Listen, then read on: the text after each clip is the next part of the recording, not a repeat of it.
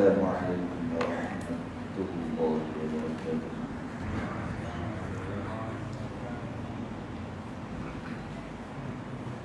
Innal hamdalillah nahmaduhu wa nasta'inuhu wa nastaghfiruhu wa nastaghfiruh.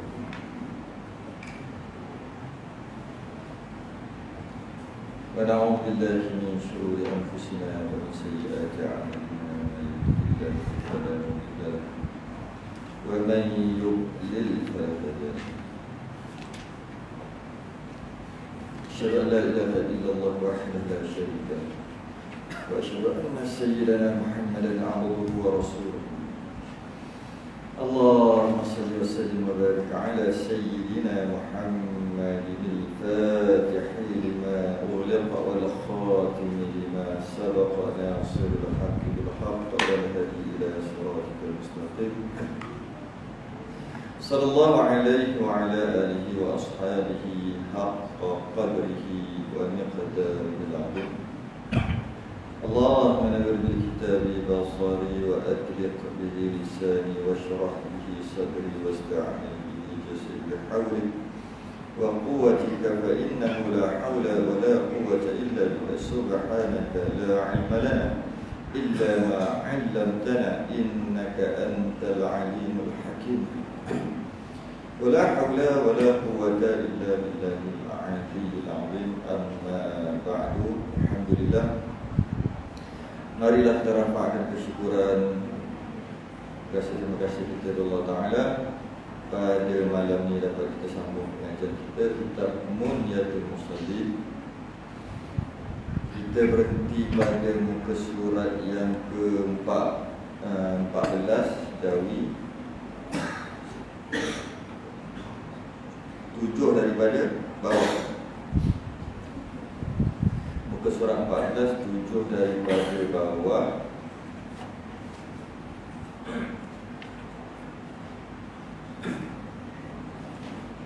Rumi 41. Rumi 41. Bab sujud. Kita membahaskan huraian perkara yang menyempurnakan sembahyang, bukan sekadar rukun. Kerana rukun kita dah bincang sebelum ni. Habis itu kita bincang apa ni? Huraian kesempurnaan, iaitu setiap gerakan ataupun bacaan yang kita buat, dia akan terbahagi 3. Dia akan termasuk 3, iaitu dari segi luar, zahir, dalaman, batin dan sebagainya. Dia sebut satu persatu 3. Yang mana kita dah bahas yang ilmu. Pertama, nak menyempurnakan sembahyang dengan ilmu, dan ilmu tu pula dibahagi 3. Lepas tu kita bincang berkaitan dengan wuduk. Nak sembahyang kena sempurna wuduk, wuduk pula terbagi pada 3. Kemudian kita bahas berkaitan dengan sound tak dengar. Ya ke sound tak dengar? Dengar? Ada orang kata sound tak dengar? Suara tak clear? Tak apa, rapat. Baik. Tak apa, dekat boleh tolong. Kemudian kita bahas berkaitan dengan kejap wuduk, kemudian pakaian. Pakaian adalah pakaian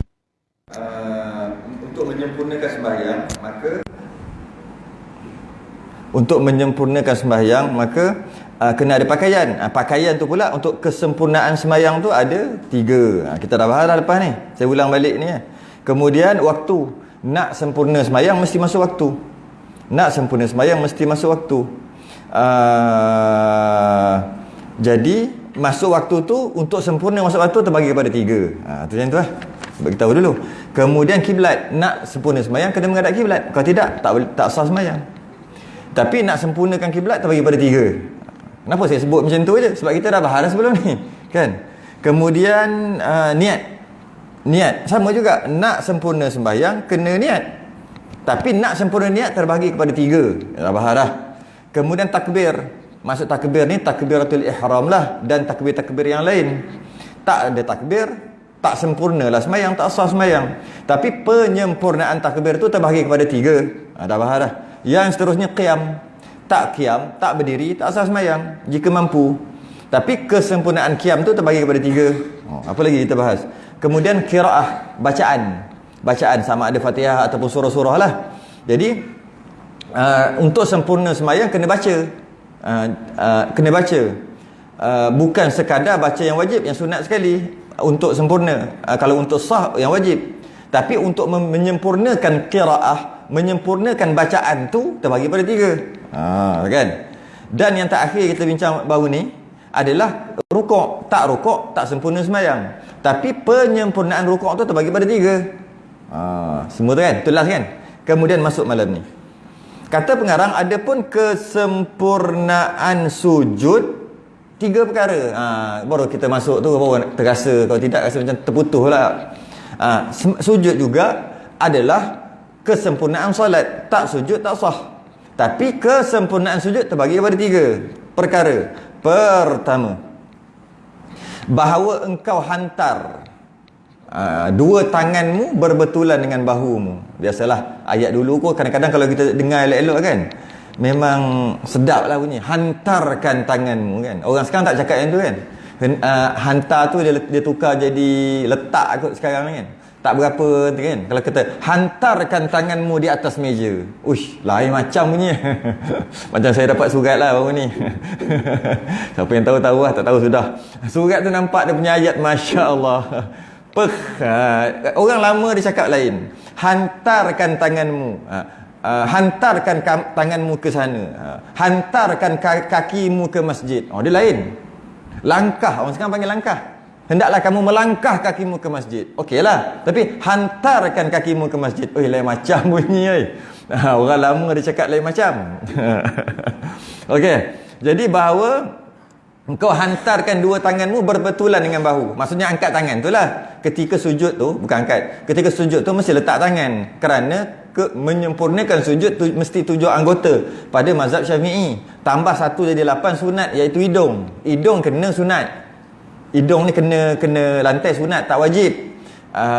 Tambah-tambah kita lagilah tak wajib. Jenis hidung terpenyek ni.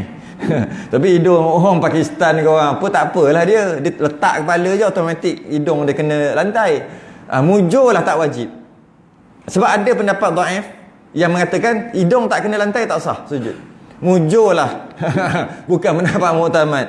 Iaitu hidung kesempurnaan sujud tu kena 7 anggota. Kalau nak sunat lagi 8 termasuk hidung. Tu sunat lah yang ke-8 tu. Jadi hantar 2 tanganmu, maknanya tangan tu antara anggota sujud. Tangan dua-dua tak letak atas bumi, atas lantai, tak sah. Sekurang-kurang tangan, kita dah bahas bab pekah sebelum ni, iaitu tapak. Belakang bukan belakang, tapak. Mesti tapak. Belakang tak sah, dua-dua macam ni pun tak sah sujud. Tapak. Tapak pula adakah semua? Tidak, sunat semua. Kedak jarinya macam mana pula? Macam ni. Bukan macam ni, bukan macam ni, bukan macam ni, bukan macam ni, bukan macam ni. Macam ni. Tu yang sunat tu. Kemudian itu yang sunat. Sekurang-kurang sujud, tapak mana-mana tapak, walaupun sedikit. Sama ada macam ni ke? Dia kata ni lantai, dia macam ni. Ni. Yang ni tak kena, yang sikit je kena. Sah.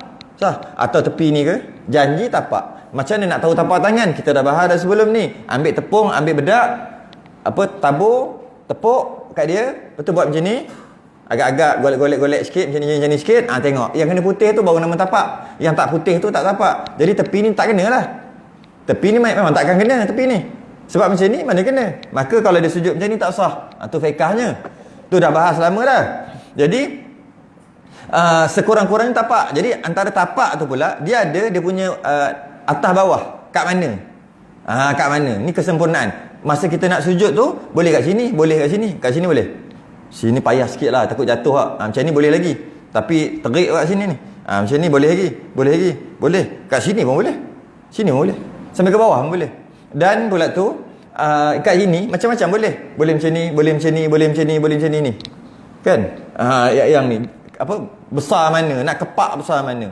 Jadi dia nak bagi tahu yang pertama, yang ini kedudukan daripada atas ni ke bawahnya duduknya di berbetulan dengan bahu. Bila berbetulan bahu maksudnya ni bahu dekat sini. Tu. Tengok, buatlah sendiri, test lah. Tak bahu betul macam ni. Okey. Pergi. Jadi bila kita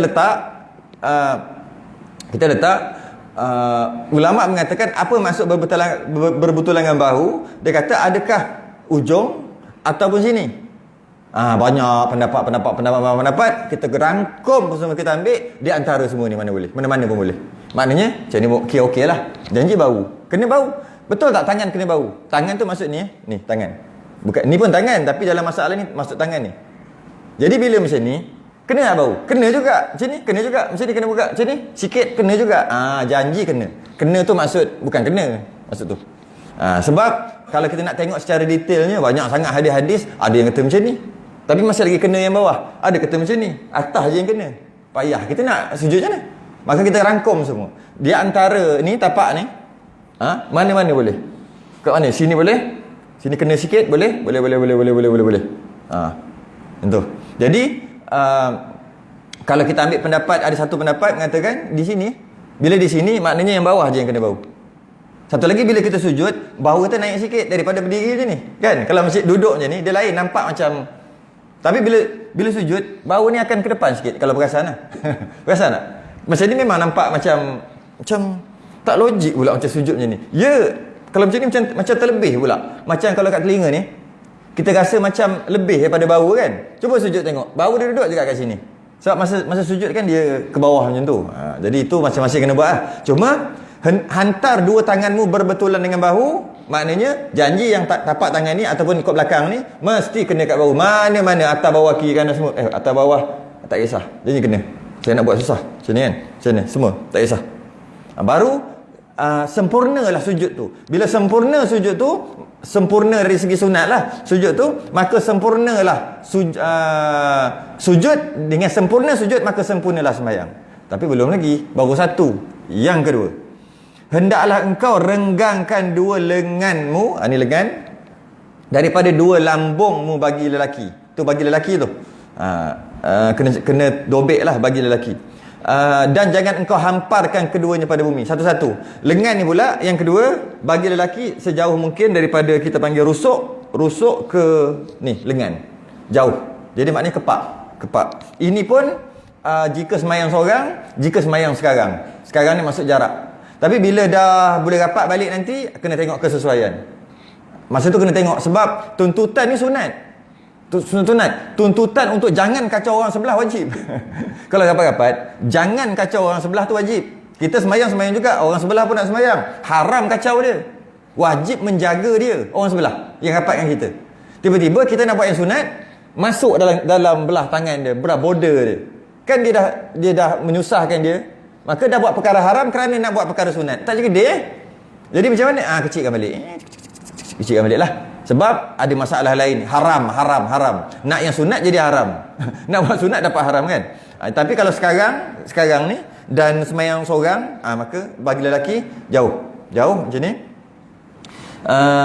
Dan perempuan terbalik rapat macam tu, rapat. Okay? Tapi tak sebut perempuan, dia sebut lelaki di sini. Dan jangan engkau hamparkan keduanya pada bumi. Ni jangan hampar pada bumi. Jangan macam ni. Atas bumi semua. Macam anjing kan. Macam tu. Jangan. Ini lelaki perempuan pun tak boleh. Jangan. Mesti angkatlah. Ni. Kalau macam ni kan anjing. Macam anjing kan. Hamparkan. Jangan hampar ni kat bumi. Memang nampak berhuduh. Ada satu agama yang dia punya sembahyang dia macam tu. Ada. Saya pernah tengok tapi lupa agama apa. Ada. Kalau dia nak sembah dia punya Tuhan dia tu, tokong dia tu, dia buat macam tu. Lepas tu dia dengan lengan. Dengan ni semua.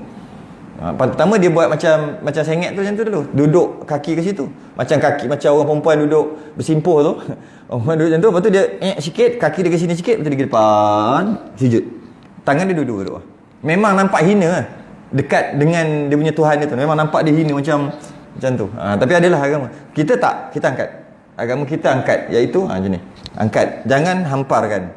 Okey, maka bila diangkat, dia tidak hamparkan, maka sempurnalah sujud. Belum lagi, ada satu lagi, yang ketiga. Yang ni yang batin pula. Tadi tu zahir kan. Bahawa engkau tomak ninahkan pada sujudmu. Ini kena ada tomak ninah. Tomak ninah ni maksud sekurang-kurangnya subhanallah. Bukan sebut-sebut kadar tu, 1 saat subhanallah. Paling cantik sekurang-kurang 3 saat. Tu sekurang-kurang. Tapi okey dah. Lagi cantik, subhana rabbiyal a'la wa bihamdih 3 kali. Berapa saat kira sedih? Sekurang-kurang cantik 3 saat. Sekurang-kurang cantik. Baca tak baca cerita lain. Baca tak baca cerita lain. Tapi sekurang-kurang cantik. Tapi sekurang-kurang sah, subhanallah. Maksudnya 1 saat. Sekurang-kurang sah. Okay? Jadi kena ada tamakninah. Okay?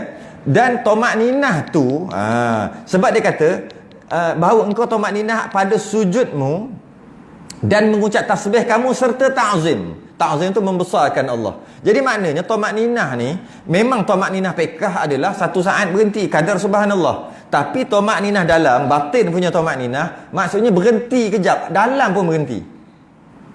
Faham tak? Sujud tu dalam pun berhenti juga. Sujud tu berhenti. Bukan sebab macam mana nak cakap benda dalam ni payah nak terang dekat mulut. Benda dalam. Bila kita sembahyang laju-laju, katalah sembahyang laju-laju tapi sah. Laju-laju tapi sah, kan? Laju-laju, dalam kita sentiasa sentiasa. Dia nak dalam pun berhenti kejap. Macam mana luar berhenti? Allahu akbar. Dalam pun stop. Berhenti. Dalam pun berhenti apa? Jangan fikir apa-apa. Jangan, duduk dalam berhenti. Senyap. Sebab tu orang kadang-kadang ada sujud lama. Sebab dalam dia tak boleh berhenti.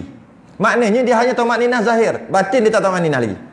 Maka dia tak dapat kesempurnaan dari segi batin lah, dari segi sah. Tu yang dia sujud lama tu. Bila nak dapat tamakninah ni? Hati duk pergi macam-macam, duk fikir macam-macam. Akal satu duk fikir, hati lagi duk fikir, duk jalan. Tak diam. Diam ni macam mana? Hening. Cukup lah.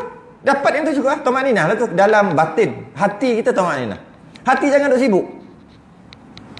Kalau boleh kita kata hati nak duduk diam, fikiran kena kosong dulu, kena duduk diam. Maksudnya tak boleh fikir apa-apa. Bila tak fikir apa-apa, baru hati boleh diam. Macam diam. Macam mana nak cakap? Payah hati. Dia macam senyap. Macam tak ada apa-apa. Kadang-kadang kita duduk diam, hati kita duduk macam-macam ni. Duduk bercakap lah, duduk apa macam-macam. Kadang-kadang kita bercakap, hati kosong. Ada. Hati tak ada rasa apa. Cakap apa. Kau cakap apa ni? Entah. Aku pun tak tahu kau cakap apa. Ada yang cakap hati kosong. Ada orang diam dan hati kosong. Ada. Hati kosong tu maksud hati dia tak buat apa-apa, duduk diam. Duduk diam. Sekurang-kurangnya 1 saat. Tak dapat tunggu. Kalau semayang seorang lah. Kalau semayang jemaah macam biasalah. Tuntutan ikut imam lagi kuat. Serabut tak serabut, ikut imam aja. Jadi biar dia duduk diam. Tak ada apa-apa. Hening. Senyap. Hati tu senyap. Okey dah. Nak diam tu payah tu dalam tu. Lepas tu dia kata engkau tamakninahkan pada sujudmu zahir dan batin, mengucap tasbih, mulut sebut tasbih subhana rabbiyal a'la, serta ta'zim dan membesarkan, merasa kehebatan dan kebesaran Allah. Subhana rabbiyal a'la, maha suci Allah yang maha tinggi. Itu tauhid. Kena masuk tauhid. Sebab itu maha tinggi tu tu rasa tu maha tinggi Allah tu, yang itulah nak. Itu tauhid lah pula. Sebab macam mana nak merasa kebesaran Allah kalau tak kenal Allah? Macam mana nak rasa? Tak kenal Allah tu. Dan tak kenal kita sendiri. Nak kenal Allah, kena kenal kita dulu. Kita kenal kita, baru kita kenal Allah. Lepas kita kenal Allah, lepas kita kenal kita, baru mudah untuk kita kenal Allah. Akhir sekali lepas kita berusaha untuk kenal Allah, kita jadi tak kenal Allah. Maka bila kita tak kenal Allah, masa tu waktu tu baru kita kenal Allah. Boleh? Tu bahasa-bahasa orang ni. Last sekali tak boleh. Aku tak boleh lah. Mula-mula kenal. Lepas tu jadi tak kenal. Masa tu kenal lah dia pada Allah. Sehingga tak boleh kenal Allah. Waktu tu kenal Allah. Ma'rifatullah yang pertama tu kenal sungguh dengan ilmu. Selepas tu kita tak boleh pergi dah. Baru nama Tuhan benar. Betul. Kalau boleh kita duduk fikir-fikir, duduk faham-faham, bukan Tuhan lagi. Tuhan baru real punya Tuhan tu. Sampai tak boleh kenal. Tapi sebelum tu kena kenal dengan ilmu dulu. Macam ni. Dalam sikit lagi tu tak kenal lah. Itu yang kata orang sufi kata apa? Kenal binasa diri. Kenal Allah binasa diri dia. Habis tak ada diri dia. Kita akan masuk bab tu juga nanti sikit-sikit. Jadi untuk sujud tu subhana rabbiyal a'la wa bihamdi, maha suci. Pertama maha suci tu apa? Maha suci Allah. Maha suci Allah. Macam mana nak mensucikan Allah? Tu satu benda kena ngaji tauhid. Yang kedua, a'la, maha tinggi. Fahamlah ketinggian Allah tu. Kemudian habis terasa kebesaran Allah, kehebatan Allah. Cukup. Satu saat je tu. Cukup. Dapatlah kesempurnaan sujud. Kesempurnaan sujud dapat, maka sempurnalah sujud pekah ni. Sempurna sujud, sempurnalah semayang dia. Semayang pekah ni lah.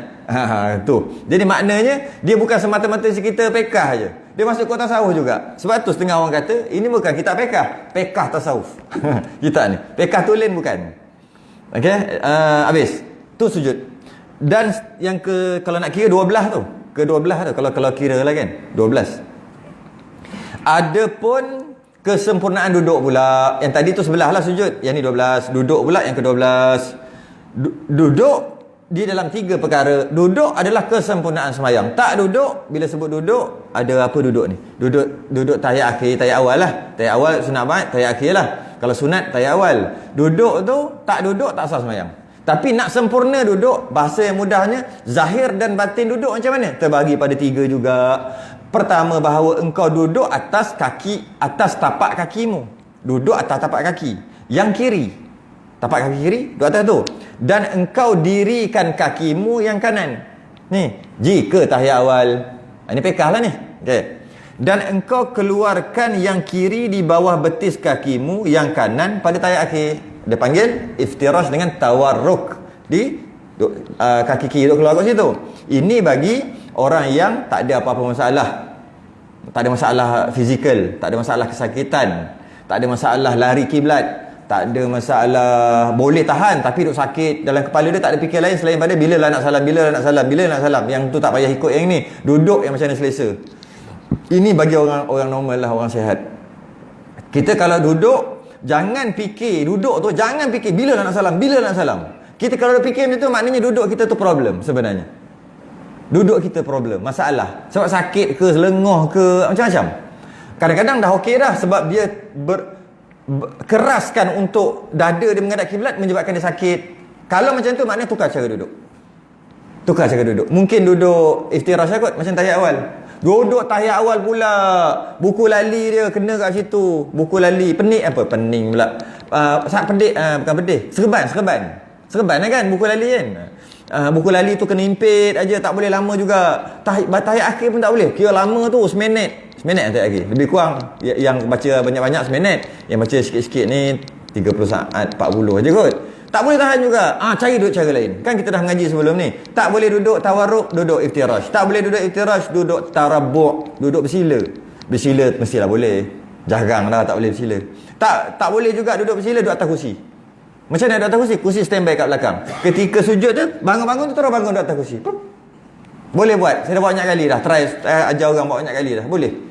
Duduk betul tahiyat. Kalau ketika tahiyat duk sibuk fikir bila lah nak salam, bila lah nak salam, bila lah nak salam, duduk tu tak sesuai. Jadi duduk macam-macam ada. Dia kata ini kesempurnaan duduk dari orang sihat, iaitu jika tahiyat awal namanya iftirash, duduk atas kaki kiri, tapak kaki kiri. Kalau tahiyat akhir tawarruk, duduk atas lantai, kaki kiri keluar, kok celah kaki kanan tu. Biasa duk buat tu lah. Kaki kanan tegakkan. Tu pun sama. Tegakkan bagi orang yang boleh tegak. Bagi yang tegak, duduk rasa macam-macam ni, letaklah ke bawah. Terkulai layu. Tak apa lah. Terkulai. Ke tepi macam tu. Tak boleh semua. Satu. Ibu jari je. Ibu jari kaki. Kalau tak boleh semua. Semua cantik. Paling cantik, bila dia letak kaki macam tu, tak nampak jari kaki kot belakang. Macam tak ada jari kaki. Terbaik. Tapi tak semua orang boleh buat. Tak semua. Jadi bila tak boleh, buat 1, 2, 3. Oh, tak boleh langsung. Terkulai layu. Letak ke tepi macam tu. Tak apa lah. Tak boleh lagi. Mana lagi? Tak boleh buat apa dah. Duduklah iftirash. Iftirash macam mana? Duduk atas tapak kaki. Tapak kaki kiri. Naik atas. Tak boleh lagi. Buatlah macam mazhab Hanafi tu. Macam ni. Ni. Kan? Betul mazhab Hanafi tu. Mazhab Syafi'i tak ada. Tak dapat pahala duduk macam ni. Mazhab Syafi'i. Sebab dia tak ada duduk. Tak ada nama duduk macam ni. Malah duduk macam ni, kalau tidur, ketika duduk macam ni, kena ambil wuduk lain. Batal wuduk dia. Sedangkan kalau tidur cara iftirash, tak batal. Tarabuk duduk bersila tak batal wuduk kalau tertidur. Tapi duduk macam ni batal wuduk. Tapi mazhab Hanafi sunat juga duduk. Tak apa. Dah tak boleh sangat nyakit, duduk. Sakit apa-apa duduk macam ni. Tak boleh lagi bersila. Sekarang lagi senang nak bersila. Sekarang sebab jarak kan. Lagi senang. Okey. Habis bab duduk tu pekah lah. Yang kedua, engkau tasyahud dengan ta'zim. Tasyahud ni dia makna dia macam ni. Tasyahud ni penghormatan. Maksud tasyahud. Asyhadu tu, tasyahud tu maksud penghormatan. Jadi engkau tasyahudkan. Maksudnya engkau tasyahud baca, betul, satu tu baca tasyahud at-tahiyah. Termasuk juga engkau memberi perhormatan. Itu maksud tasyahud. Yang kedua, engkau tasyahud dengan ta'zim. Sama juga dengan membesarkan. Ta'zim ni membesarkan. Membesarkan Allah. Dan engkau selawat akan Nabi. Selawat dekat dalam tahiyat tu kan ada selawat. Dengan sempurna selawat. Dan akan keluarga dan sahabatnya. Selawatlah betul-betul dengan sempurna. Selawat dan salam dengan sempurna. Jangan main baca laju-laju je. Allahumma salli ala Sayyidina Muhammad, sebut elok-elok. Bukan Allahumma salli ala Sayyidina Muhammad. Elok-elok lah. Sebaik mungkin. Dan keluarganya. Okey. Ini kau ta'zim. Maksudnya ketika membaca tahiyat tu, ketika tu kena ta'zim macam mana ketika baca subhana rabbiyal a'la jugalah. Okey. Nak ta'zim ni mungkin cara kena baca, faham makna dia lah. At-tahiyyatul mubarakatus salawatut thayyibah. Tu yang pertama. Yang kedua, mungkin kita tahu asal usul. InsyaAllah kita akan sempat, kalau sempat malam ni kita akan bincang asal usul ketika Isra Mi'raj kan Nabi ada baca at-tahiyyah, kalau ingat lagi ya. Ke saya tak sebut? Rasa sebut kat itu. At-tahiyyah, lepas tu Allah jawab, lepas tu malaikat jawab, jadi kita punya. Nanti kita akan bahas hujung tu. Jadi kita rasa kebesaran. Okey.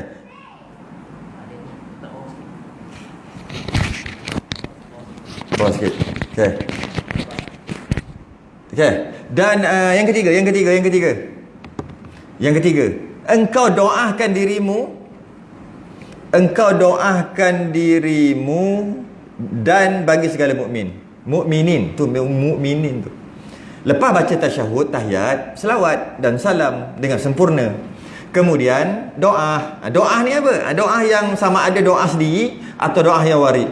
Tak kisah, doa sendiri pun boleh dengan syarat bahasa Arab. Doa siapa? Doa untuk kita boleh, untuk orang boleh, semua boleh. Doa tu sebagai penyempurna tasyahud, tahiyat. Kalau tak doa, mana tahiyat tu tak sempurna dari segi batin.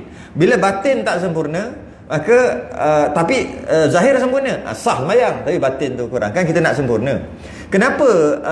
Kenapa doa dirimu dan segala mukminin? Doa dia dan orang lain. Kerana kat situ macam ni tau. Kita nak tengok kita dengan orang-orang, hablum minan nas, hubungan kita dengan orang. Kita tengok kat doa kita. Kalau doa kita aku keluarga aku. Kita punya masyarakat memang jahanam. Tu lah nak cerita. Masa semayang kita teringat siapa? Kalau teringat dunia, teringat payah nak ingat Allah. Macam tu lah kehidupan kita seharian dengan Allah. Hablum minallah dengan hablum minan nas, hubung kait rapatnya dia dengan Allah dan dengan masyarakat. Nas tu masyarakat orang. Bergantung hablum minallah, tengok semayang. Dengan maksud ingat apa ketika semayang? Tak ingat Allah, maknanya itulah di luar semayang dia. Nak lihat dia dengan masyarakat, tak payah. Kadang-kadang berlakon aja tu. Berlakon aja. Buat baik berlakon. Nak betul-betul tahu dia punya hubungan dia dengan manusia, dengan masyarakat, tengok doa dia. Dia ada doakan orang tak? Ke dia doakan dia je? Kalau doakan dia je, maknanya dia dengan masyarakat out. Sedangkan kita kena masyarakat. Kita tak boleh, kita ni umat yang bukan masuk syurga seorang-seorang, tidak. Kita ramai-ramai. Kita umat yang amal ma'ruf nahi munkar. Umat yang ta'awanu 'alal birri wat taqwa.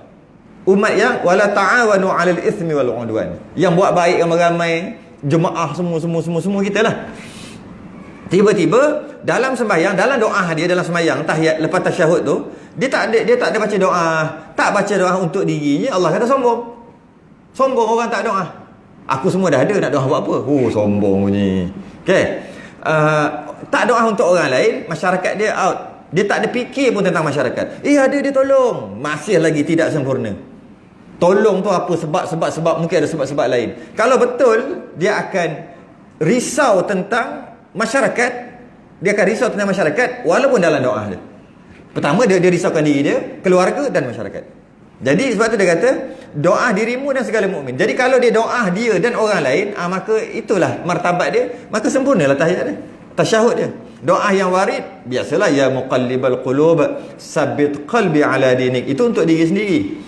Ada juga Allah maghfirli ma qaddamtu wa ma akhartu wa ma asrartu wa ma a'lantu wa ma asraftu wa ma anta a'lamu bihi minni. Masih lagi diri sendiri, antal muqaddim wa antal muakhiru la ilaha illa anta. Itu semua puji Allah. Macam-macam bacaan lagi. Tak pun bacalah kita punya sendiri doa. Doa bahasa Arab kan. Dengan kita doa sendiri dan doa orang lain, paling-paling mukminin mukminat lah. Paling-paling pun muslimin muslimat. Paling-paling rendah muslimin muslimat pun okey, mukminin mukminat pun okey. Sebab kalau kita hanya doakan mukminin mukminat, tak ada muslimin muslimat, kesian pula. Sebab mukminin mukminat ni orang yang beriman, dia confirm syurga dah, sebab tu namanya dia beriman. Macam mana dengan muslimin Islam saja, iman dia tak berapa nak ada. Yang itu kesian juga. Jadi yang itu yang kita doakan untuk mereka, bahawa maknanya kita ni bukan penting diri, kita penting kat orang juga. Barulah itu nama umat Nabi. Nabi pun ingat kat umat dia. Okey, maka sempurnalah tasyahud. 3 tu. Tu batin lah. Tu batin. Batin tu. Adapun kesempurnaan salam pula. Ini kita dah bahas sebelum ni. Salam. Iaitu bahawa engkau salamkan Assalamualaikum lah dengan sempurna. Betul-betul. Assalamualaikum warahmatullahi. Sempurna bahawa ada ia serta niat yang sebenarnya. Okey, niat salam lah. Dan salam engkau itu akan orang yang ada pada kanan engkau daripada malaikat, mukminin, orang sebelah, jiran sebelah lah, dan jin dan manusia. Tak kisahlah janji yang duduk sebelah sini. Demikian lagi pada yang kiri. Sunat niat, tak wajib. Sunat niat sebagai penyempurnaan salam. Ketika Assalamualaikum warahmatullahi, niat bagi salam dekat orang sebelah, dan bagi salam dekat jin kalau ada, bagi salam dekat malaikat, bagi salam siapa yang ada belah sini. Dan ketika dia cuma sekadar apa dia kata kat sini, niat cuma niat bagi salam, tapi niat bagi salam zikir, bukan niat bagi salam tegur. Macam tu lah. Nak niat zikir lah. Kan zikir tu. Itu kan zikir. Wirid tu. Assalamualaikum tu wirid. Zikir dia panggil. Jadi macam tu juga belah Assalamualaikum warahmatullahi. Sama juga. Niat bagi siapa, kalau malaikat ada, jin, manusia semua. Siapa ataupun jiran sebelah lah. Ataupun makmum sebelah. Cuma kalau lah bagi salam, tak wajib jawab. Tu je beza dia. Tak wajib jawab. Sebab yang wajib jawab, dia bagi salam memang niat nak bagi salam. Macam kat luar, maka wajib jawab kan. Fardu kifayah, bukan wajib tu, fardu kifayah jawab. Yalah wajib lah fardu kifayah. Biasa orang kata bagi salam jawab wajib kan, bukan wajib, fardu kifayah, wajib kifayah. Kalau ramai-ramai ni seorang jawab, yang lain tak payah. Tak payah tu dengan maksud terlepas. Tapi kalau satu sama satu, dia wajib jawab. Fardu ain lah sebab dia seorang. Kalau ramai-ramai, seorang je bagi seorang bagi salam. Ada 40 orang, seorang je wajib jawab. Macam tu juga doa makan. Rasa dah pernah bahas sebelum sini. Macam tu juga doa makan. Doa makan seorang je wajib baca kalau ramai-ramai. Bismillahirrahmanirrahim. Yang lain tak payah baca pun tak apa. Tak apa tu dengan maksud tak ada dah setan datang nak makan sekali apa semua, tak ada. Makruh-makruh tak ada dah. Bismillah seorang je yang sunat baca. Tapi kalau semua baca, baguslah, bacalah. Masing-masing nak baca pun lagi bagus. Cuma bila seorang je baca ketika nak makan, terlepaslah yang lain-lain. Dia panggil yang bab makan tu dia panggil sunat kifayah. Sunat kifayah. Kalau korban dalam rumah dia sunat kifayah juga. Korban tu sunat. Dalam rumah dia ada 5 orang, semua dah baligh. Seorang buat korban, 4 hari terlepas. Terlepas apa? Terlepas sunat. Sunat kifayah. Sunat maksudnya macam fardu kifayah, cuma sunat aja. Jadi macam tu juga bagi salam, ukurnya sunat. Jawab tu fardu kifayah. Tapi bila dia bagi salam, dia niat bukan nak bagi salam semata-mata, niat dia zikir sekali. Bila niat zikir tak wajib jawab. Orang sebelah tak wajib jawab. Kalau nak jawab, jawablah, tapi tak wajib jawab. Malah orang yang tak semayang pun tak wajib jawab. Sunat dia jawab. Orang tu tak semayang, dia Assalamualaikum warahmatullahi, dia niat nak bagi kat orang tu dan niat zikir. Orang kat sebelah tu tak jawab, tak apa. Orang yang tak semayang. Orang yang semayang pun sama. Jadi kalau imam Assalamualaikum warahmatullahi, niat nak bagi salam dekat semua yang belah kanan belakang ni. Belakang ni ada, belah sini ya. Belah makmum belakang, jin, malaikat apa semua sekali. Kemudian imam bagi salam Assalamualaikum warahmatullahi, dia boleh niat 2. Pertama dia boleh niat nak bagi salam macam tadi juga, jin apa semua yang ada, ataupun dia boleh niat nak jawab salam dekat siapa yang dah bagi salam. Kalau ada yang dah bagi salam, dia boleh niat macam tu kalau dia nak niat. Kadang-kadang imam assalamualaikum warahmatullahi, ada dua pendapat. Pendapat yang pertama kata assalamualaikum warahmatullahi, makmum terus assalamualaikum warahmatullahi. Pendapat yang kedua kata lepas yang kedua, assalamualaikum warahmatullahi yang kedua, imam yang kedua baru makmum pergi. Yang tu tak boleh lah imam yang tu tak boleh lah imam nak jawab salam makmum dia, sebab makmum tak bagi salam lagi. Ini yang pada pendapat yang pertama. Yang kuat pendapat yang kedua, iaitu setelah salam yang kedua baru salam. Sebab ada hujah, iaitu bila salam yang pertama tak sunat lagi bagi salam makmum. Habis kalau imam tiba-tiba kentut, imam mana boleh salam yang kedua? Haram, tak boleh. Dia pun bangun, habis makmum tadi tak bagi salam lah. Tu hujah dia. Boleh pakai? Tak boleh pakai mana, tapi boleh lah. Faham tak? Dia kata kali pertama assalamualaikum warahmatullahi, bila macam tu je makmum assalamualaikum warahmatullahi. Tak payah tunggu imam yang kedua. Kalau imam tak perlu tunggu. Nak tunggu pun tunggulah, tapi tak wajib tunggu, tak sunat tunggu pun. Hujahnya, jika assalamualaikum warahmatullahi, imam batal. Imam haram salam yang kedua. Haram tau. Sebab dah kuntut, haram. Tapi sembahyang sah kan? Sebab salam yang pertama je. Jadi kalau katalah makmum kena tunggu salam yang kedua, makmum duduk macam ni, makmum duduk sini, imam assalamualaikum warahmatullahi, tiba-tiba imam tak salam-salam, habis tu makmum lamanya tunggu. Tu hujah dia. Saya nak tanya, boleh terima hujah tu? Nampak macam okey, tak okey pun. Okey tak? Macam macam logik tak? Macam logik juga. Sebagai nak mengatakan sunat ataupun tak sunat tunggu salam yang kedua. Setelah salam yang pertama, imam salam yang pertamanya terus bagi salam dengan hujah tadi. Tak cantik. Boleh lah, tak cantik, tapi boleh lah, nampak macam hujah lah juga, tapi tak cantik.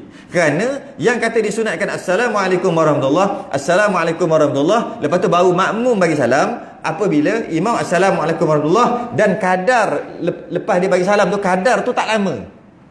Kalau kadar tu lama, tak sunat dah tunggu, terus bagi salam. Sebab tu pendapat yang mutamat salam yang kedua, imam salam yang kedua baru makmum salam yang pertama.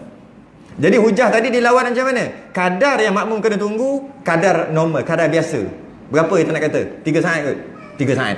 Lebih 3 saat tak payah tunggu, bagi je salam. Jadi bolehlah menolak tu. Okey. Jadi kalau makmum belah sini, makmum belah imam je ni, bila imam assalamualaikum warahmatullahi, okey, assalamualaikum warahmatullahi, makmum belah sana, belah sini, assalamualaikum warahmatullahi belah kanan, dia niat nak bagi ke malaikat ke apa-apalah orang belah sana. Kemudian ketika assalamualaikum warahmatullahi belah kiri, jawab salam imam. Boleh niat itu. Makmum assalamualaikum warahmatullahi belah kiri, niat jawab salam imam. Sebab imam assalamualaikum warahmatullahi bagi salam kat dia, dia tak jawab lagi, sabar dulu, paling dulu sana. Imam pun assalamualaikum warahmatullahi, dia pun assalamualaikum warahmatullahi bagi salam orang lain dulu, sabar dulu. Belah kiri assalamualaikum warahmatullahi, niat nak jawab salam imam. Dan kita dah bahas sebelum ni kan, boleh ke bagi assalamualaikum jawab assalamualaikum? Ingat tak? Boleh kan? Takkan dah lupa kot. Boleh tak bagi waalaikumsalam jawab assalamualaikum? Boleh. Boleh tak bagi waalaikumsalam jawab waalaikumsalam? Boleh. Semua boleh. Sebab assalamualaikum dengan waalaikumsalam sama. Tak percaya cuba tukar. Assalamualaikum, alaikum tu letak ke depan, jadi waalaikumsalam. Alif lam sim lam alif mim, assalamu, ain lam ya kaf mim, assalamualaikum. Ambil alaikum ni tak ke depan, jadi ain lam ya kaf mim alaikum, alif lam sim lam alif mim, alaikumsalam lah tu, tambah waw dan tak depan tu, waalaikumsalam. Sama je.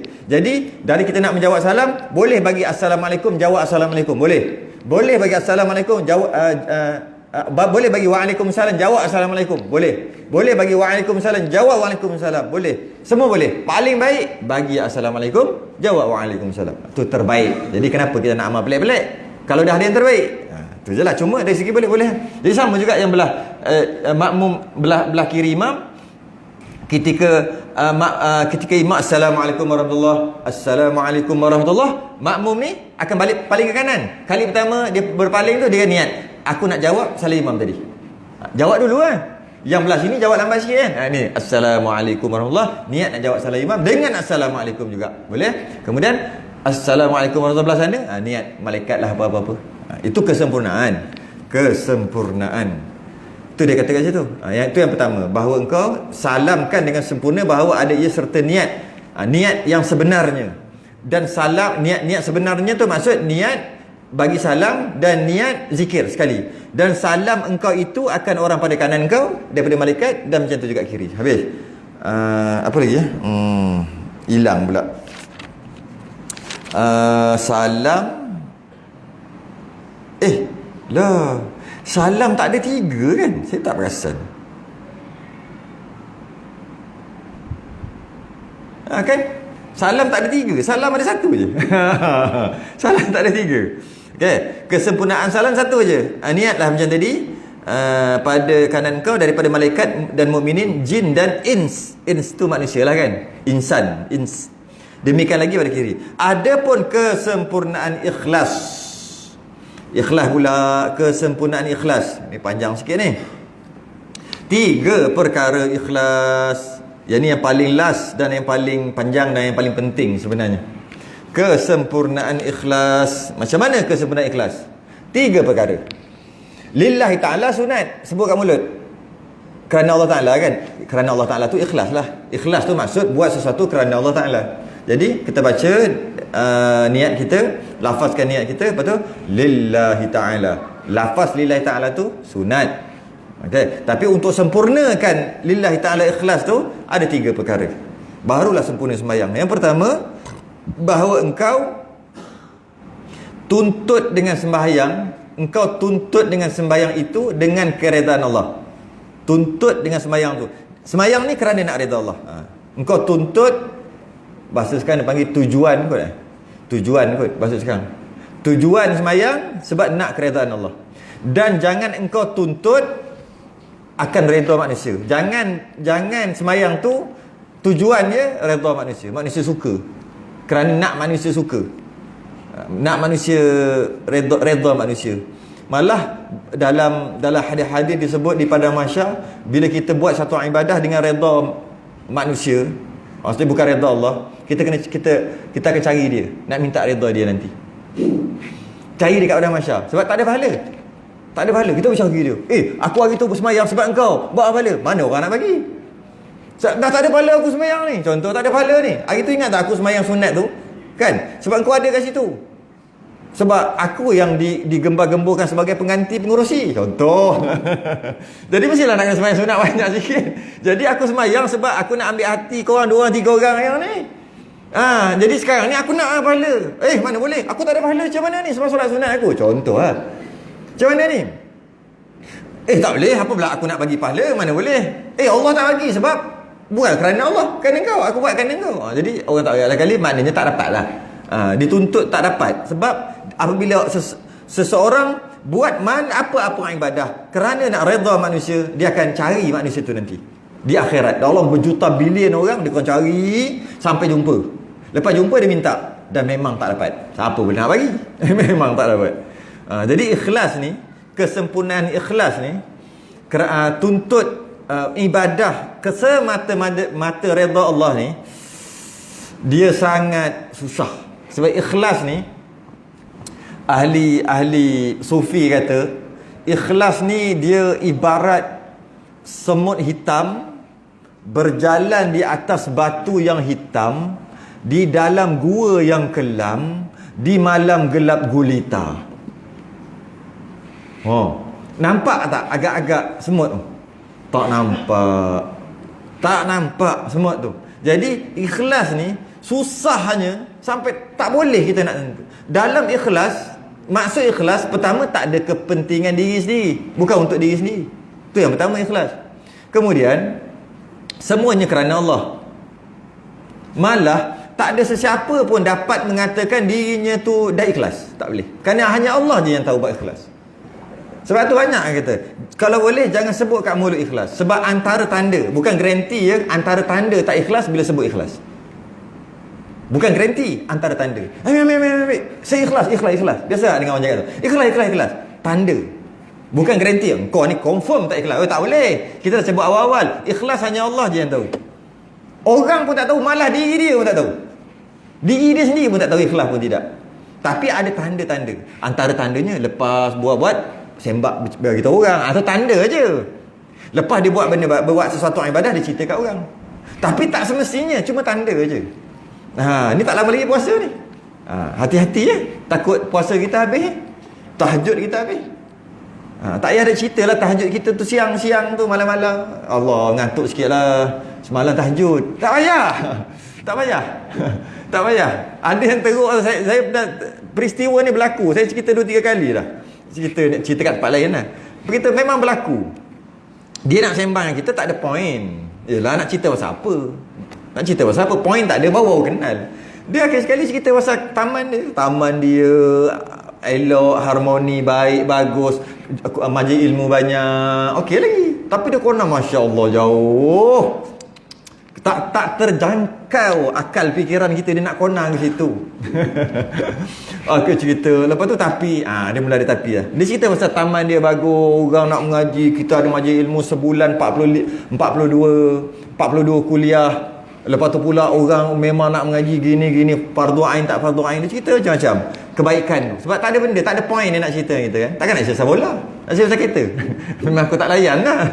Jadi bila cerita, okey, tengah makan more. Bulan Ramadan waktu tu, more. Okay, sekali kata, tapi itulah sekarang ni kan. Dah itulah macam budak-budak ni dah makin ramai dah duk main malam-malam ni, duk main motor. Dia dah mula situ dah. Kita tak perasan lagi waktu tu main motor. Lepas tu balik lewat-lewat. Kadang-kadang dekat-dekat sahur tu balik. Dekat-dekat sahur pukul 5, pukul 4.30. Waktu tu baru bunyi motor. Motor pula kuat. Kadang-kadang kalau hujung-hujung Ramadan tu siap main mercun. Bising lah pukul 3, pukul 4. Peliknya mak bapak tak peduli ke? Sepatutnya mak bapak kena peduli. Ustaz pun ada konak ke kita pula. Dia letak janji boleh. Ustaz kena pesan-pesan juga supaya jaga harmoni tempat kita ni, jangan bising-bising, jangan tahajud apa. Kadang-kadang saya tengok pukul 3, pukul 4 pagi bising sangat. Diorang main macam bola tu. Diorang main macam bola. Jadi dia ganggu, ada anak-anak tidur, ada apa. Macam semalam kita tengah tahajud, dia nak cakap yang tu je. Dia nak cakap yang tu je. Ya Allah, mainan. Dia bukan nak cakap apa pun, nak cakap dia tahajud semalam. Jadi kita ni satu gang lah, satu ahli syurga. Tu kot maksud dia. Nabi nak cakap, tapi dia kena Kadang-kadang tambah lagi. Kita tengah tahajud, setakat ni tak pernah tinggal lagi. Tambah boleh macam-macam. Hati-hati, tak boleh cerita. Kerana apa? Tapi kita tak boleh kata dia tak ikhlas. Tapi tanda tu dah ada. Kerana ikhlas ni dia pun tak tahu dia ikhlas ke tidak. Dia pun tak tahu dia ikhlas ke tidak. Jadi tanda-tanda tu kalau boleh jangan buat. Antara tanda adalah sebut ikhlas. Antara tanda. Ikhlas antara tanda. Jadi kalau boleh tanda pun tak nak ada. Dengan tanda tak ikhlas pun tak ada, pun belum tentu ikhlas. Ini kan pula ada tanda-tanda tak ikhlas. Lagilah risau. Kenapa saya sebut lagi sikit? Kita pun tak boleh tahu kita ikhlas ke tidak. Tak boleh tahu. Ikhlas ni seumpama ibarat semut yang hitam di atas batu yang hitam di dalam gua yang kelam. Di malam yang gelap gelita. Memang tak nampak. Kita sendiri pun tak nampak. Jadi ikhlas ni adalah buat sesuatu semata-mata redha Allah. Bukan kerana keterpaksaan, bukan kerana redha manusia, bukan. Bukan dengan terpaksa dan bukan kerana redha manusia. Yang kena paksa tu lah. Anak kena paksa dengan ayah kan. Kadang-kadang menantu pun kena paksa. Kena paksa tu. Jadi kadang-kadang isteri kena paksa. Jika dia buat sesuatu tu kena paksa, maknanya kita boleh katakan dia tidak ikhlas. Tanda tidak ikhlas. Sebab dia buat bukan kerana Allah, kerana suami, kerana selain daripada Allah. Tapi jangan kita kata paksaan tu tak ada nilai. Kadang-kadang bila kita kata itulah terpaksa buat, jadi seolah-olah bunyi macam paksaan tu tak ada nilai. Tidak, paksaan tu ada nilai. Cuma kita nak bagi tahu tu tak ikhlas. Tapi memaksa buat tu ada nilai ke? Kita semayang dulu agak paksa tak? Siap-siap sampai sekarang semayang kena paksa. Paksa diri sendiri paksa. Kalau macam tu teruklah kita. Paksaan tu ada nilai. Cuma bila sebut paksa dengan maksud tak ikhlas lah. Sebab kena paksa kan. Macam mana pun paksaan tu ada nilai. Satu cerita Abu Hurairah, dia pernah tanya kat Nabi bahawasanya kata orang yang mengerjakan semayang masih lagi mencuri. Dia semayang tapi dia mencuri. Nabi kata orang tu lambat laun akan menyebabkan dia berhenti. Solatnya akan menyebabkan dia berhenti mencuri.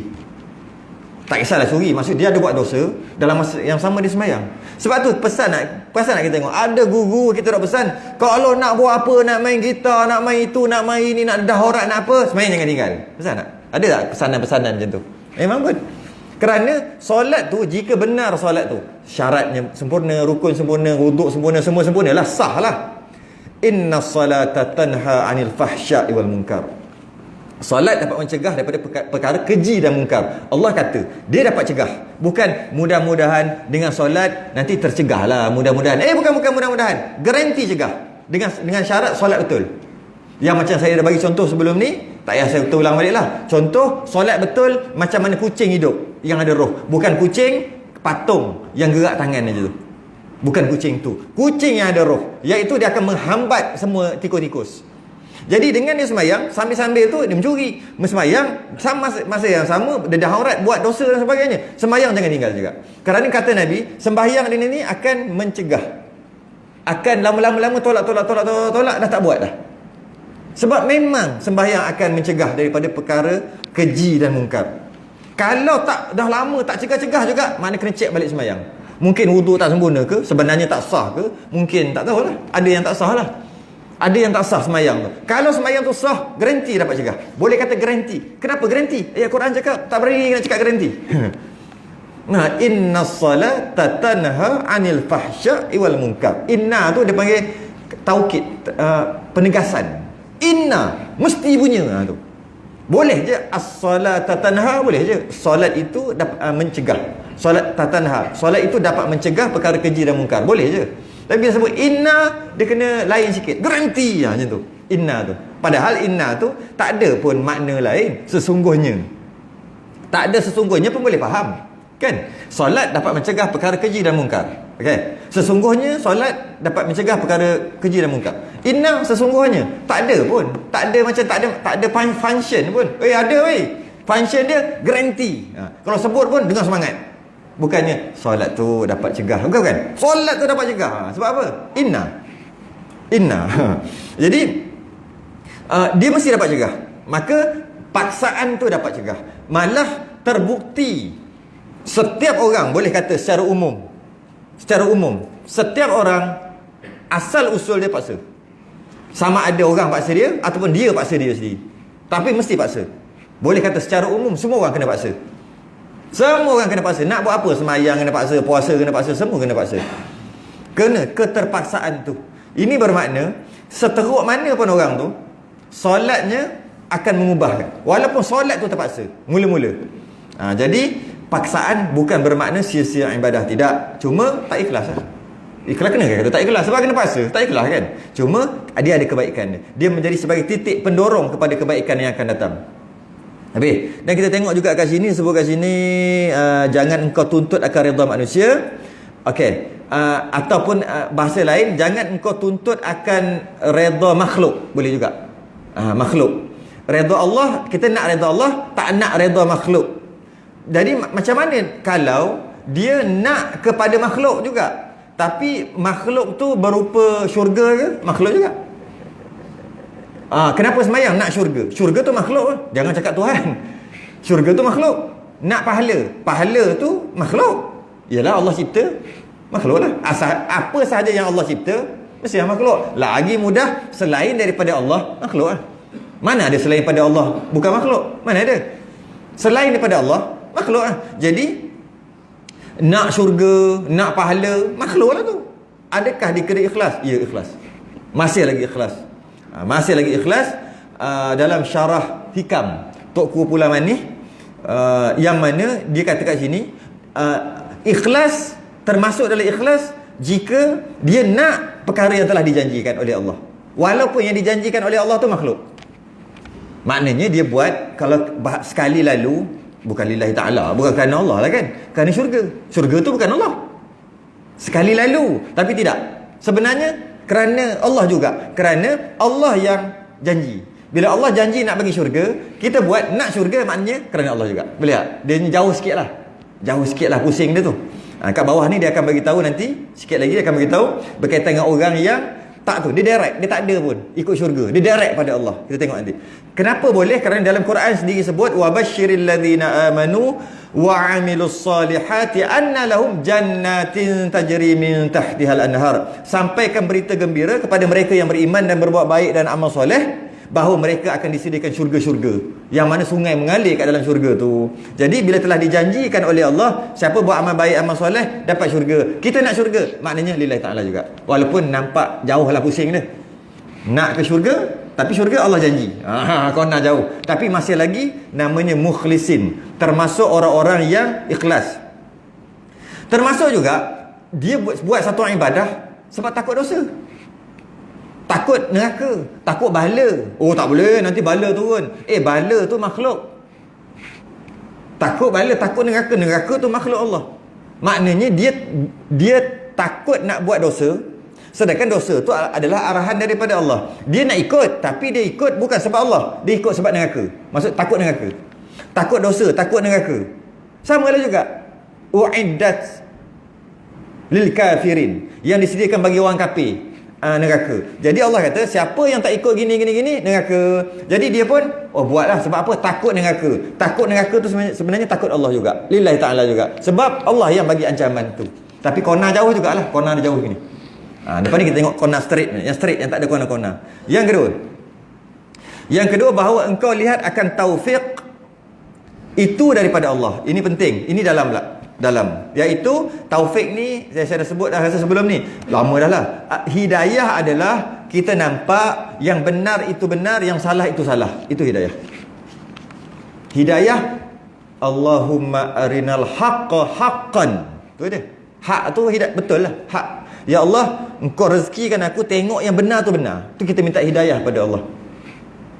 Jadi kalau kita nampak tu betul, tu salah, dan apa yang kita kata itu betul, kita nampak betul, dan sebenarnya memang betul, tu hidayah. Tu salah, salah tu, dan bila kita tengok benda tu salah, kita nampak ianya salah, dan ia memang betul salah. Tu hidayah tu. Hidayah apabila tengok yang betul itu betul, yang salah itu salah. Jadi sesiapa yang dapat hidayah Allah, maknanya Allah masuk ke iman lah. Bila sesiapa yang ada hidayah, nampak yang betul itu betul, yang salah itu salah, maknanya iman ada dalam hati dia. Kalau orang kafir tu nampak yang betul tu, yang Islam tu betul, maknanya ada iman dalam hati dia, Islam kan. Itu hidayah, iaitu nampak yang betul itu betul, yang salah itu salah. Taufik dalam macam kitab kita pula, taufik pula adalah jalan untuk melaksanakan hidayah. Dan nampak ni betul, ni salah, boleh buat tak? Tu taufik. Tu betul, tu salah. Nak lari daripada salah, tak nak buat. Boleh tak buat? Boleh tak? Ke buat juga? Kalau buat juga tak ada taufik. Hidayah ada sebab nampak tu salah, tapi buat juga tak ada taufik. Hidayah nampak tu betul dan boleh buat. Boleh buat tu dia panggil taufik. Petrol lah. Kalau kereta dia petrol. Memang kereta dah ada, petrol tak ada, tak boleh pergi, tak ada jalan. Jalan tu taufik tu. Taufik tu jalan tu. Dah nampak dah nak pergi mana. Dah tahu dah pergi sini. Tapi tak ada petrol, tak boleh pergi. Jadi badan yang sasa, badan yang kuat, abang besi, main body, berganteng macam mana sekalipun, tak ada taufik, tak boleh sembahyang 2 rakaat. Tak boleh bangun subuh. Tak boleh sembahyang maghrib. Sebab apa? Tak ada ring. Tak ada ring tak? Tak ada ring. Ring ke rock? Ring tak? Rock rang kan. Bunyi kena bunyi lain sikit. Tak ada ring. Tak ada ring. Maksudnya boleh nampak semayang kena, tapi tak boleh buat. Badan berketul. Hari-hari orang kamu. Berapa kilo, kiri kanan. Kejap buat sini, kejap buat depan, kejap buat belakang, kejap buat situ, kejap buat sini. Buat tu maksudnya lah. Berat. Lepas tu tahu tak semayang tu wajib? Ya wajib. Tahu tak puasa tu wajib? Boleh tak? Allah. Tak kuat lagi sebenarnya. Tak ada petrol. Badan je besar. Tapi dia ni kering je, jalan pukul 5 bangun. Sahur. Lepas tu dia sampai dulu sebelum orang yang badan-badan besar tu, dia sampai dulu. Kuatnya masya-Allah, walaupun jalan terketar. Sebab apa? Dia ada taufik. Dia ada petrol. Jadi hidayah semata-mata kita hanya nampak yang baik itu baik, yang salah tu salah. Taufik kita ada ring untuk kita buat. Jadi disebut sini bahawa engkau lihat akan taufik, akan power tadi tu daripada Allah. Maknanya kalau kita rasa daripada Allah, maknanya boleh belagak tak? Tak boleh. Aku semayang banyak, boleh belagak? Tak boleh, petrol Allah bagi. Tak ada petrol habis. Kalau aku tak kuat pun. Itu yang dia nak tu. Nampak tak? Dalam tu. Apa ibadah? Kerana Allah. Kerana Allah yang la haula wala quwata illa billah. Samalah. La haula tak ada daya untuk tolak maksiat. Nampak tu maksiat, tahu salah tapi tak ada daya. La haula wala quwata, tak ada kekuatan untuk buat ibadah. Nampak benda tu baik tapi tak ada kekuatan untuk kita buat. Illa billah, melainkan dengan bantuan Allah. Sebab tu kita jawab azan, hayya 'alas salah, la haula wala quwata. Sama. Hayya 'alas salah, aku tak ada daya nak semayang, tak ada daya, tak ada kekuatan nak semayang. Illa billah, pergi juga semayang, Allah bagi petrol. Allah bagi kekuatan, Allah bagi taufik. Tu boleh pergi tu.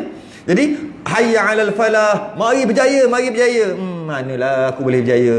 Sama juga, la haula, aku tak ada daya pun, aku tak ada kekuatan pun nak berjaya, melainkan Allah. Jadi bila berjaya belagak? Tak belagak. Sebab tu kalau kita faham, tak boleh nak belagak, sebab petrol Allah yang bagi.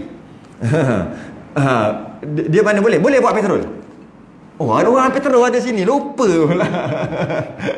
Mana boleh buat petrol? Mana boleh? Memang duk ambil yang mana ada dalam bumi je. Habis tak boleh buat apa. Tu orang duk risau tu, petrol takut habis.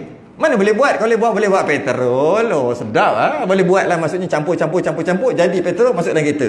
Mana boleh? Duk sibuk dengan suria sekarang ni kan, matahari. Petrol mana boleh buat? Allah je bagi petrol, kekuatan tu. Tak ada petrol, habis, tak ada jalan kereta. Boleh buat petrol? Tak boleh. Tak boleh. Jadi kekuatan tu Allah bagi. Jadi tak boleh nak belagak sepatutnya. Tak boleh nak belagak. Dan Allah merakamkan kata-kata Nabi Syuaib alaihissalam dalam surah Hud, wa ma taufiqi illa billah. Nabi Syuaib sendiri kata, tidaklah aku akan beroleh taufik. Taufik tu melainkan untuk menjayakan apa yang Allah suruh ni, melainkan dengan pertolongan Allah. Habis dua. Pertama ikhlas kerana semata-mata kerana Allah, ataupun kerana nak kepada apa yang dijanjikan oleh Allah. Okey, nama ikhlas dah. Yang kedua, bila dah boleh buat, jangan duk belagak sebab Allah yang bagi petrol. Yang ketiga ni, yang ni kita ceritalah, sembang lah, nak buat memang tak lah. Yang ketiga, memelihara dia ikhlas, memelihara ikhlas, dia tu ikhlas lah. Memelihara dia ikhlas hingga hilang dirimu dengan dia. Ini dipanggil peringkat muhibbin. Tadi peringkat yang satu tu, yang pertama dipanggil peringkat mukhlisin, orang-orang yang ikhlas. Ikhlas kerana Allah, ikhlas kerana nak kepada syurga, takut kepada neraka yang Allah janjikan. Dia panggil mukhlisin. Satu lagi dia panggil muhibbin. Muhibbin up sikit, lagi tinggi daripada mukhlisin, iaitu ikhlas yang sebenar-benar kerana Allah. Bukan dengan sebab lain, bukan dengan sebab pahala, bukan dengan sebab syurga, bukan dengan sebab neraka. Ya Allah, kalau kau nak masuk aku neraka, masuklah, aku tetap nak semayang juga. Macam tu. Aku semayang kenapa? Sebab hamba. Habis kalau Allah masuk neraka, masuk je lah, sebab aku semayang bukan neraka syurga. Gitu. Kerana dia betul-betul dia sedar dia hamba, bukan sebab pahala, bukan sebab syurga. Jadi yang tadi tu kona jauh, mukhlisin. Muhibbin tak ada kona, straight, iaitu kerana Allah. Kerana Allah semata-mata. Bukannya takut dosa, nanti berdosa, tak. Kalau bukan sebab takut dosa, tidak. Sebab memang kerana Allah. Malah kalam-kalam orang-orang, kalam-kalam sufi lah, bunyi pelik kalam sufi ni, dia kena 2-3 lapis baru boleh faham. Dia kata walaupun sembahyang dapat dosa sekalipun aku akan sembahyang. Kalam sufi. Sembahyang yang betul lah, bukan sembahyang yang salah tu memang berdosa. Sembahyang yang betul tapi dapat dosa. Tapi maksud sembahyang tu menyembah Allah, tetap aku sembahyang walaupun dapat dosa. Sebab aku sembahyang, sebab aku hamba, walaupun dengan aku sembahyang tu dapat dosa, tetap kan. Tapi ada orang guna salah faham. Dia kata sembahyang tak apa, kalau salah-salah tak sah pun, dapat dosa pun tak apa, sembah Allah juga. Itu tak boleh. Rukun syarat tu kena penuhi, semua sempurna. Tapi dengan sembahyang, jika aku sembahyang Allah bagi dosa, aku sembahyang Allah bagi dosa, aku sembahyang Allah bagi dosa, aku tetap akan sembahyang. Sebab aku sembahyang ni, sembahlah maksud sembahyang tu, aku sembah Allah ni bukan sebab dosa pahala, sebab kerana Allah. Boleh buat. Mantap. Itu peringkat muhibbin dia panggil. Orang yang betul-betul cintalah, cinta pada Allah, betul-betul jatuh cinta. Masih lagi belum mendirikan hak-hak kehambaan, jika seseorang itu mengharapkan sesuatu daripada Allah setelah buat ibadah tu, kerana ada imbuhan, walaupun imbuhan tu pahala sekalipun, walaupun imbuhan tu dapat terhindar daripada neraka sekalipun, tetap juga belum mendirikan hak-hak kehambaan. Peringkat muhibbin lah. Saya sebut awal-awal tadi ni sembang aja nak buat payah Jadi belum mendirikan hak-hak kehambaan, buat sesuatu mengharapkan apa sahaja, walaupun harapkan syurga, walaupun takut kepada neraka, belum lagi mendirikan hak-hak kehambaan. Kerana yang nak imbuhan ni adalah pekerja dengan majikan. Kerana tu orang awam macam kita, ibadah kita ataupun kita dengan Tuhan kita, kita dengan Allah sebagai pedagang saja. Peniaga, pedagang. Iman kita iman pedagang. Ibadah kita ibadah pedagang, bukan ibadah hamba. Ibadah hamba yang terbaik. Tapi cicak cakap betul. Belah sana pula cicak. Itu belah sini. Dah pergi sana dah cicak. Ibadah kita ibadah pedagang ataupun jual beli. Inilah pedagang kan. Ibadah terbaik adalah ibadah hamba. Kan Allah telah menggelar Nabi SAW sebagai hamba kan. Asra li abdihi bi abdihi lailan minal masjidil haram kan. Abdun. Jadi nak dapat tahap hamba tu sangat susah. Kita tahap apa? Orang awam tahap peniaga, iaitu nak sembahyang, nak pahala tak? Nak. Sebab tu kita buat gini-gini sebab nak pahala. Pedagang. Tahap ni namanya mukhlisin, bukan muhibbin. Bukan hamba, bukan orang yang jatuh cinta, bukan. Segala peniaga. Tapi boleh ke? Mukhlisin. Okeylah tu. Orang ikhlas. Okeylah tu. Bukan kata tak okey. Mukhlisin okeylah. Cuma macam kalau kita tengok, kalau orang sufi melihat, kalau kita tengok mak bapak dia dah bela dia berapa lama dah? Katalah 12 tahun. Daripada kecil sampai besar. Dah lah kecil tidur tak lena sebab dia sakit itulah, tak boleh menapah lah apalah. Kemudian sakit pergi hospital, habis duit gitu gini, bagi makan, bagi macam-macam bagi. Ada nak pergi ke tempat tak boleh sebab anak ni punya pasal anak ni lah. Sehinggalah umur 12 tahun tiba-tiba suruh, bang pergi beli kicap sekejap bang, dekat pergi tu je, jauh pergi situ je, beli kicap sekejap. Nah, ambil RM2.5. RM2.5 tak nak? RM2 upah. Apa kita kata? Itulah dia punya hubungan dia dengan mak bapak dia sebagai peniaga tu. Bukan boleh beli RM2 upah. Bukan tak nak pergi RM2 upah. Mak bapak dia kata apa? Kau tahu tak? Mula tu. Kau tahu tak? Daripada kecil besar tapak tangan aku bela. Aku jentik mati kau kata tahu. Tapi kita orang bela kau. Tiba-tiba kau nangis sebab ada nyamuk. Tak tidur tu, dia tepuk nyamuk. Katalah tak ada ubat nyamuk lah. Buat cerita biar gempak sikit kan. Padahal pasang je lah ubat nyamuk ke, pasang lah apa. Pasang lah kelambu kan. Tepuk nyamuk. Kita orang tak tidur. Kita orang tu laki bini tu lah. Kemudian kau sakit, ayah kau baru dapat gaji je waktu tu 300. Kena kau je mapuh RM80. Menyebabkan tak makan gini-gini, kurang makan macam tu. Nak beli air raya, sibuk menangis-nangis nak baju raya. Sampai ke mak tak buat baju kurung. Buatlah cerita. Tiba-tiba aku nak suruh beli kicap je pun. Kicap tu engkau juga nak makan dengan telur je lagi. Tiba-tiba nak upah. Macam itulah seolah-olah. Bagi orang sufi melihat apabila semayang nak pahala, nak syurga, dia melihat sebegitu. Dia melihat seolah-olah macam tu. Macam tak, itulah kita dalam macam-macam nikmat, ada makan sedap macam-macam rasa kat mulut kita. Sedapnya nikmat tu pun tak boleh bayar. Nikmat kesihatan, nikmat anak, nikmat macam-macam nikmat yang ada, tiba-tiba minta lagi. Jadi orang sufi dia pandang gitu. Tapi kalau lah yang mana Allah janjikan, contohnya mak dia janjikan macam ni, nah ambil beli kicap RM2.5, ni upah, boleh tak ambil? Itu mana kita nak? Kalau peringkat muhibbin, tak apalah RM2 tu, ambil RM2.5 je, pergi beli kicap. Tapi kalau dah dia bagi, mak bagi bukan minta. Kan bagi RM2 upah, ambil je lah. Itulah peringkat kita dengan Tuhan. Itulah peringkat kita dengan Tuhan. Okey tak? Dah bagi uiddat yang telah disediakan. Maknanya dah ada. Dan Allah janjikan wa basyiril ladzina amanu. Macam-macam janji. Macam-macam janji. Jadi bila janji, dah janji. Tapi orang yang betul-betul muhibbin, janji tak janji, aku dengan Tuhan aku. Tak ada, aku tak peduli, aku dengan Tuhan aku je. Tu dia panggil fana, makam fana. Makam fana. Maka dengan itu hilang diri. Itu yang terakhir, hilang dirinya. Hilang diri itulah aku tak ada dah. Hilang diri. Dia panggil makam fana. Dia dengan Tuhannya sahaja. Berhenti dekat dan sayugia. Dan sayugia cun pukul 9. Dan sayugianya bagi orang yang sembahyang itu mengetahui kan yang ia hendak berbuat, berbuat qadarnya. Maknanya dah habis lah. Bab 3 tadi dah habis lah. Maksud yang lain pula. Itu sudah dengan tasbih kafarah dan suratul subhanallah.